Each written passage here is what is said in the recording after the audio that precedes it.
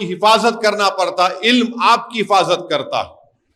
دولت آپ کو محکوم بنا دیتی ہے اور علم آپ کو حاکم بناتا ہے۔ تو اس لیے حاکم بننا ہے آپ کو، قیادت کرنا ہے آپ کو، لیڈر بننا ہے۔ قوم کے مستقبل کے فیصلے آپ کریں گے۔ اگر آپ آج نہیں پڑھیں گے، تعلیم ترک کر دیں گے، نہیں بس ہے 10th پڑھ لیے، بچی کو کرنا، شادی کرنا، شادی کرنا ہے یقیناً، مجھے بھی اللہ نے بیٹیاں دی، مگر تعلیم مکمل کروانا بہت ضروری ہے۔ تو بہرحال مجلس اتحاد المسلمین کی طرف سے ایک چھوٹی سی کوشش کی جا رہی ہے۔ مرحوم قائد سالار ملت کا یہ خواب تھا، سالار بار بار یہ کہتے تھے کہ اللہ نے مجھے موقع دیا کہ میں میڈیکل کالج کا قیام عمل میں لایا، اللہ کے فضل و کرم سے، نبی کریم صلی اللہ علیہ وسلم کے صدقے طفیل سے۔ سالار نے کہا کہ میں نے انجینئرنگ کالج بنا دیا، MBA MCA school of architecture, B pharmacy, hospital management, MBA hospital management میں، مجلس 2 دواخانے حیدرآباد میں چلاتی ہے، کام مجلس نے کیا۔ تو تعلیم کے میدان میں کسی بھی سیاسی جماعت نے پورے ملک میں جو کام مجلس نے کیا کوئی بھی نہیں کیا۔ بعض پارٹی کی آئیڈیالوجی ہے ہندوتوا، بعض کی آئیڈیالوجی ہے مارکسزم، بعض کی کوئی آئیڈیالوجی نہیں ہے، مگر جو طاقت آپ نے مجلس کو دی اس کا مجلس نے استعمال کیا تاکہ ہماری آنے والی نسل تیار ہو جائے۔ میں پھر سے کہہ رہا ہوں، بار بار کہہ رہا ہوں کہ 1984 میں مجلس اتحاد المسلمین نے ناڈیلا بھاسکر راؤ جب تلگو دیسم سے نکل گئے تھے، ان کو نکالنے والے کانگریس پارٹی تھی، مجلس نہیں تھی۔ مجلس کیا کری؟ مجلس اس موقع کا فائدہ اٹھائی۔ سالار نے کہا کہ آپ کو ہماری تائید کی ضرورت ہے، بولو کیا کر سکتے تم؟ تو اس وقت ناڈیلا بھاسکر راؤ نے کہا کہ میں آپ کے MLAs کو اس زمانے میں 5 لاکھ بہت قیمت ہوتی تھی ایک MLA کی۔ 84 میں سالار نے کہا میرے کو ایک کاغذ کا ٹکڑا دے دو۔ ناڈیلا بھاسکر راؤ کے ساتھ جو لوگ آئے تھے بولے سالار آپ کیا بول رہے؟ بولے کاغذ کا ٹکڑا دو ایک۔ بولے کیا ہونا آپ کو؟ بولے ہندوستان کی دفعہ کی آئین 30 کے تحت دارالسلام ایجوکیشنل ٹرسٹ کو اس بات کی اجازت دو آپ کہ میں اس وقت کے آندھرا پردیش کے مسلمانوں کے لیے میڈیکل انجینئرنگ کالج کھولوں۔ تعجب میں تھا، بولے کیا بول رہے ہم آپ کو، آپ یہ بول رہے؟ بولے ہاں میرے کو یہ دے دو آپ۔ مجلس نے اس کو حاصل کیا۔ آج آپ دیکھیے ہم 2024 میں 84 میں میڈیکل انجینئرنگ کالج شروع کیا گیا تھا، آج ہم 40 سال سے زیادہ عرصہ ہو چکا ہے اور 5000 سے زیادہ بچے اور بچیاں ڈاکٹر بن کے نکلے، جس میں سے قریب 4203 سے قریب مسلمان ہیں، دلت بھی ہیں اس میں۔ ان کا ایک فنکشن حیدرآباد میں ہوا تھا۔ آج آپ دیکھیں کہ دنیا کے کونے کونے میں ہیں، امریکہ میں یہ لوگ جا کر وہاں کی شہریت حاصل کر کے وہاں پر امریکہ میں کم سے کم 700-800 ڈاکٹر ہیں ڈیکن میڈیکل کالج۔ وہ لوگ دنیا میں جہاں کہیں بھی، اب جیسا بنگلہ دیش میں روہنگیا ریفیوجیز کا معاملہ آیا، یہ لوگ بنگلہ دیش جا کر ڈھاکہ میں کاکس بازار میں کیمپ لگا کر ان کی مدد کیے۔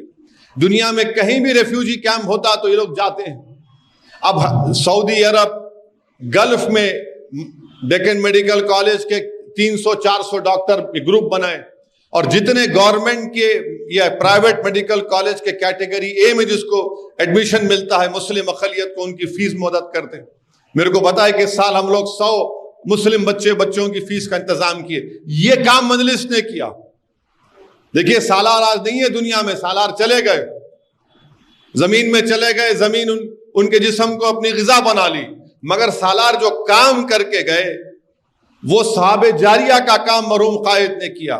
تو میری آپ سے یہی گزارش ہے، اگر آپ نیک بنیں گے، قابل بنیں گے، تعلیم یافتہ بنیں گے، تو آپ کے ایک تعلیم یافتہ بننے سے صرف آپ کے گھر میں علم کے نور سے اندھیرا دور نہیں ہوگا، بلکہ آپ کے محلے میں، آپ کے دوست احباب میں، آپ کے شہر میں ایک انقلاب برپا ہوگا۔